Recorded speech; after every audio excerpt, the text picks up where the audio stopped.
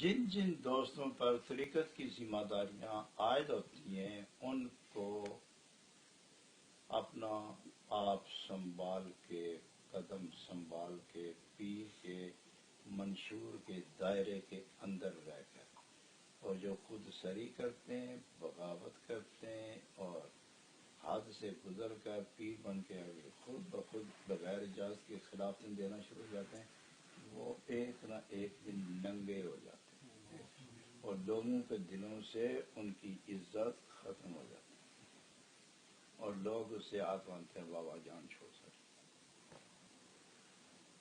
مثالیں موجود ہیں پاکستان میں بھی، انگلینڈ کے اندر۔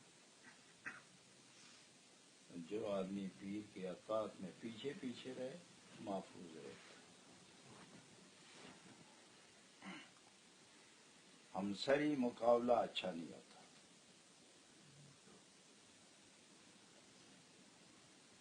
چلتی گڈی دے انجن تے چڑھ جائے تاں جائے گا، جے اگے ہویا تاں جاسی، جے پیچھے بیٹھا رہے تو ستا رہے تو بھی خیر ہے نا۔ جو آخر کہ میں کسی کے ساتھ نہیں بیٹھتا، دوڑ کے بانر تو چڑھ کے ہوتے بیٹھ گیا، لگی بریک تو چپ کیا جاسی، اس طرح جی بوری جاندی ہے پوری۔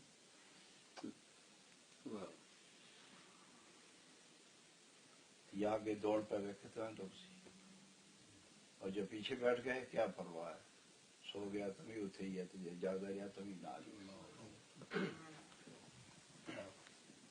اس واسطے پیر سمجھنا خوش نصیبی کی بات ہے۔ قبلہ صاحب میرے والد